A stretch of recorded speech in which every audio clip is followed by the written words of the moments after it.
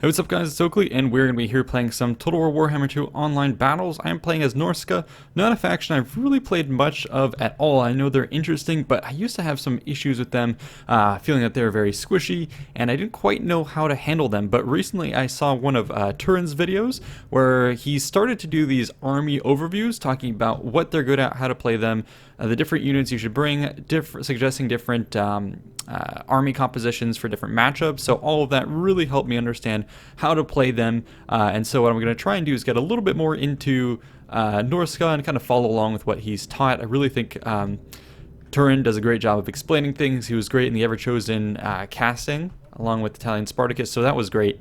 So yeah, I'm going to take them in the field here against the High Elves. So I'll describe a little bit of what we got going on here.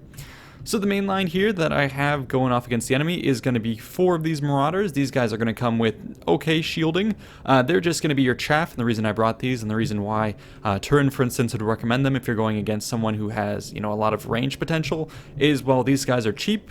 They can swarm the front lines, and they can take a decent amount of incoming fire because of their shield. So they're a good thing to kind of screen your front line.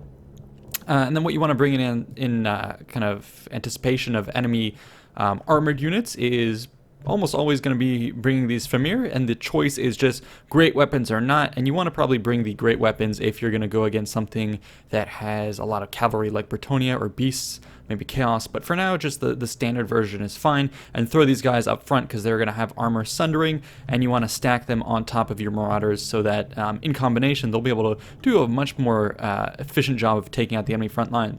And then to kind of screen the flanks, what I've got is some Skin Wolves. I put on the armor variant just because I know that they're going to be taking some fire, so I just wanted to make sure that they didn't get shredded too early on. And then I have the Norskin Ice Wolves, so these guys are going to have slow, so I knew that there would be some form of enemy cav that I wanted to chase down and isolate, so I gotta start to queue them up. I have a Chariot, good for anti-infantry and some preliminary skirmishing. This is going to be important if you know that there's going to be infantry to run over, which is going to be the case with the High Elves. So yeah, that was pretty key. And then what else do I have? Well, scattered across the map, I have a couple of these Marauder Horsemen. So one of them is Vanguard deployed up here in the woods, was hoping to catch something, and it looks like I may just be able to with these Illyrian Reavers. And then I had 2 more on this flank. Didn't know where my opponent was deployed, but I started to go around the flank there. And yeah, lastly we can go over my lords. So I have 2 of them. The first one is going to be Wolfric the Wanderer, just on foot. So he's going to be, where is he? Okay, wading into combat. Didn't put him on any mounts because I didn't want him to get focused down by enemy archer fire. So he's just going to be wading into combat on foot, probably taking out enemy lords who get close. And then I have a Famir Balefiend with the Lore of Shadows. Lore of Shadows being particularly strong, and the Balefiend itself can be pretty good in armor, in battle, I should say. And I believe it does have yeah, huge weapon strength with armor piercing, so it can be pretty good against enemy infantry blobs with armor, which is going to be the case with some of the infantry we're going up against. As combat gets underway, my enemy is going to be poking and prodding at me with these Illyrian Reavers. Pretty good pick to bring some of these range units to harass Norska, which doesn't always have the best armor. And if you can stay away from them, then that'll be good. But you can see these wolves are just fast enough to catch up, and I get a couple of volleys into his guys. But he does have the dragon on Overwatch. This is going to be a little bit tricky for me. I'm trying to close the distance. He's going to get some magic off. So he's starting to harass, waste a lot of his bow fire, etc. into my guys. And then I pull out. I'm going to do a little bit of dodging back and forth with my wolves to reduce the amount of incoming fire. You'll notice there, if you dodge, the arrows as they come in are going to get a bad trajectory. And then I pull into the forest to just reduce some of that incoming fire. So, I lost a little bit of HP on both of these units, but it was enough to force him back and buy me time to start closing the distance. The enemy force here does only have 1 of these Illyrian Reavers. It has 3 archers in the back. Or sorry, 4, all with light armor. And then he has spearmen guarding his flanks, one of them being a Phoenix Guard, although I haven't discovered it just yet. And then his front line is going to be a lot of these white lines of Shrace. And then he also has a mage with the lore of was that light? Yeah, so he's hoping to do some nets to stop my chariots, stop my big beasties from coming in. But his main line, if it can trade directly with my guys, should be able to win out. And this archer fire can probably shred some of my big monsters with concentrated fire. So I gotta be very careful with my engagements, which is why I'm swooping around in the back with these Marauder Horsemen. I dictate the pace of battle. Yes, he has the archer range, but I have a lot more of the mobility range. Yeah, his Illyrian Reavers try and get in. I have Melkor's Mystifying Miasma here for minus 24% speed, really slowing them down, doing a little bit of damage as well. and that's an important spell to bring. It does wear off, but it's enough to kind of slow them down to allow me to get in range and get my first volley, or another volley against these guys. So just really trying to chill down his pace. And then left and right, dodging a little bit. These guys do take a little bit of a volley, but you can see the investment in armor really helping out there. Yeah, I'm trying to cause all sorts of distractions. He's focused on looking forward, and it looks like he's forgotten about the rear line. So this is where Norska is going to shine in its mobility. So here I go. Right into the back of the exposed infantry line. Looks like that priest did try and turn about. But this is going to be excellent, wrecking the rear lines. You have to do this, and then right through the front, Wolfric the Wanderer does send a huge ethereal longship, and then a penumbral pendulum also slicing through these guys. So I was eager to see how much damage it did, and it looks like it did a decent amount, but it's not as much as if these guys had been unarmored. That would have been really bad against, you know, Empire State troops or any chaff units. That would have been punishing. But anyways, at least it has softened up the front line, and now we have the big Doom stack coming at, charging up the hill here. The Famir with their armor piercing, they're going to have a lot of disruption, and then waiting into the back is going to be a ton of chaff units just to overwhelm the enemy. And then I believe these guys, do they have the frenzy capability? No, I don't think so. I didn't bring any berserkers this time around, but it may be something that you want to do.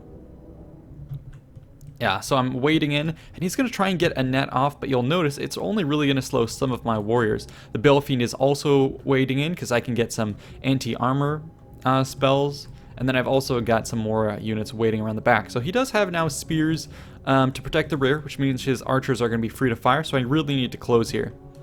But like I said, the net is going to come in and grab a couple of my guys, which is exactly why I'm trying to go a bit wide with my skin wolves, just to avoid that. And here comes another big wrecking ball on this side. Chariot prepping, but let's watch the main engagement. So Famir going to wade in and disrupt his guys. Yeah, he has armor piercing, and yeah, he might be able to focus fire with his archers, but it's a little too late.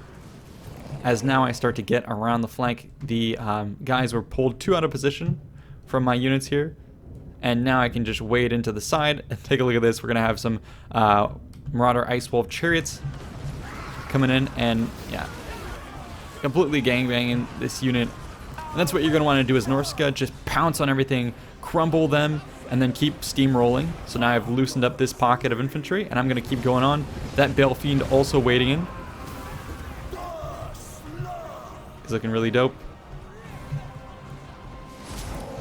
Trying to do all sorts of spells. So over here, the front line of mine is starting to get destroyed. It was just 2 Marauders with no Famir help. The Famirs were here, so you can see just how helpful the Famirs are to win out that front line. And yeah, now we're going to dogpile on the enemy, and then the chariots are going to be trying to come up and rally the forces. So yeah, you saw over here on the right flank just how slow or how poor the assault was with these Marauders. If you don't reinforce them with anything, they're going to really be very flimsy and melt, and that's one of the things that I was doing very wrong when I was playing Norska for the first time. I saw that they were super squishy, and so I was investing a lot in some of the champions, etc., but then I didn't have much money, and I didn't quite know how to use the chaff units properly, but integrated with the Famir, they do really well. So that's one of the things I learned from Turin. Anyways, still circling around for the kill. We have destroyed parts of his main line. This one is isolated, so I should be able to circle around and kill it. And we have his archers all kind of now getting assaulted by the skin wolves. They are armored, which is great, and they have regen, so should be able to hold out here. Plus, the ability to impose fear on the enemy is going to be great. But that dragon, circling overhead may be an issue. We'll have to wait and see who it targets, but right now it can't really choose. And Wolfric getting into combat, wading in behind his men with the Famir also doing all kinds of damage. Yeah, and I'm just going to send a little bit of chaff to isolate those white lines. Chariots here are not microing. I should get back on top of that, but meanwhile, I'm trying to move people around. I'm going to go ahead and dodge. Woo! Going right through the spearmen, the archers, routing those guys. That was a really nice hit. Did some damage to the Phoenix Guard. But yeah, you'll notice in this kind of craziness of combat, there's all sorts of pockets of activity. And if you're in this type of situation and there are Phoenix Guard, just go ahead and move your people to another side of the battlefield. Just let his Phoenix Guard sit, and there's no need to throw any chaff at these guys right now. Just avoid them. Take the battle where you can take it. This is going to be another thing that I learned recently in like a Lizardman battle where they had a lot of these slow-moving like stegodons and dinos that weren't really that big of a threat if I just ignore them. So that's another lesson I'm kind of learning slowly but surely, is that you can actually ignore units like this in combat. Yeah, you may think that you may want to gang up on them, but it's actually best to just avoid them and just go for the easy kills and the pickup. So that's what you're seeing me do here. And these wolves coming back after having chased off some units, and now they're going to totally freeze up this force. And Wulfric also getting a spell on this lady to super slow her down. Hunter's champion here, minus 48 speed, really reducing her armor. And now that she's surrounded, she's going to be taking so much punishing fire.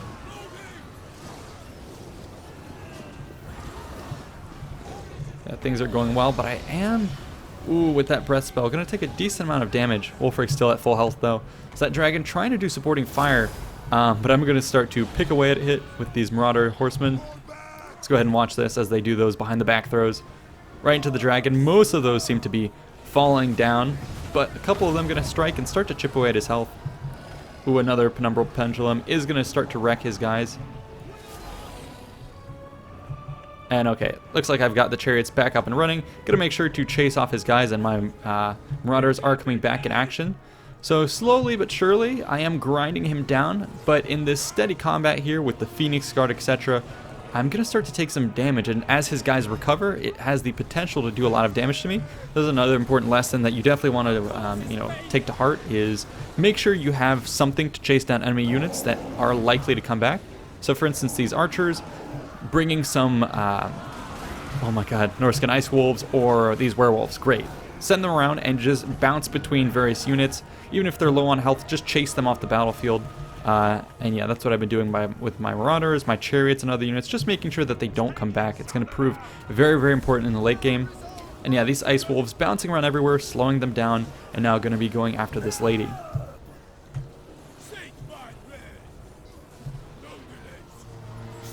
Meanwhile, the Balefiend here is going to be taken down rather low by the surrounding Phoenix Guard and the Spearmen. I am buffed up a bit by Wulfric. So together in combat we should be doing okay, but take a look at these Phoenix Guard. They've been slaughtering the Famirs. Maybe not this guy, but the rest of them are doing okay. That's an awkward little walk into the sunset there. Yeah, I've lost both of my guys, so that could be problematic, because take a look at this. If the dragon lands, that's two of my big armor-piercing guys off the battlefield. What do I have left? Well, I have still some Skin Wolves, and I have Wulfric at least, but if he still has a good breath spell, and as his guys start to come back, this could be pretty bad for me. With a full health dragon there, that is not going to be something I want.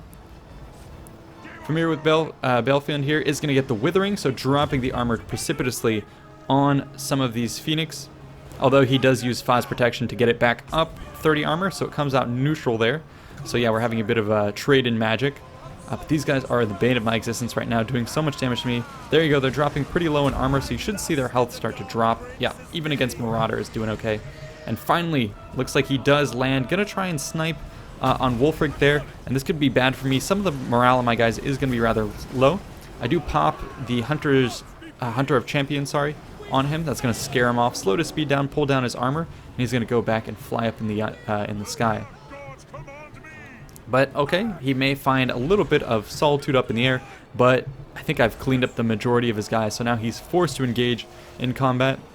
Princess going to try and pop Foe Seeker and all sorts of abilities, but now we're going to have all the beasts of Norsca ganking this guy from all sides, and it is not going to be good for her.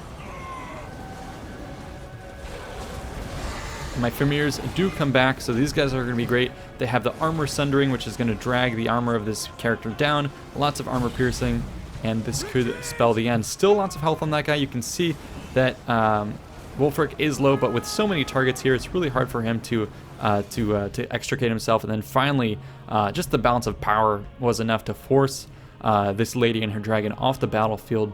But a lot of that was due to the fact that I was being pretty diligent with chasing down routing units, making sure that they're off the field. Because another thing that Turin made me aware of is the more you dedicate to that, the more units are just dropped dead on the battlefield, the more you can take that battlefield meter over to your side, make sure they escort enemy units off, and it's just going to help get that balance of power to the point where hopefully army losses can then tip things in your favor in the end game. So very, very important to just chase down some of those units off the battlefield, or at least reduce their numbers if you have the opportunity, and that's where you want to invest in fast-moving guys like these dire packs, etc. So that's it for this replay. Hope you guys enjoyed this one. Like I said, all of this, kind of my return to trying out the Norska and other factions, is all due to Turin's fine commentary. So go ahead and head on over to his channel and definitely check out his army guide on Norska. You will learn a lot. And then I hope to see you on the battlefield with these guys. They're a lot of fun. Let's end the replay and look at some of the final stats on our army here. So pretty good across the board. Rather impressed. Wolfric with 148, decent amount, just him tanking it out in melee, but then also a lot of his, the bound abilities like Sea Fang, that thing tearing through infantry lines, the Balefiend, doing well with the Penumbra Pendulum, and then waiting in, doing battle itself. And take a look at this, Marauders with 86, 45, 57. That's really good considering they're trying to trade against White Lions of Thrace, and that was all made possible by the Famir Warriors. The Chariot also doing good work here with 87, and then these Skin Wolves doing a really good job. They were the ones who mostly flanked around and took out the archers, who at the end of the day just didn't really pay for themselves. So going a bit wider here with the infusion of these Marauders allowed me to wrap around the flanks. Had I had a smaller force, he could have definitely just fenced me out and had the archers focus fire on the remaining targets. So yeah, that's why you want to have probably the ability to dictate the flanks when you go for Norska. So definitely bring at least 1 or 2 Marauder Horsemen, definitely bring some Norskan Ice Wolves, and then the Skin Wolves are also another addition to try and wrap around the flanks, and then going wide with more Marauders. But be mindful that they can be rather flimsy, and you need something to reinforce, so stitching them together with Famir Warriors, or even maybe some Berserkers, or some, the Hound units, the Unbreakable versions. Yeah, all of that can be rather helpful. But anyways, that's it for this battle. Hope you guys enjoyed. Stay tuned for more, and I will see you in the next one. Bye-bye.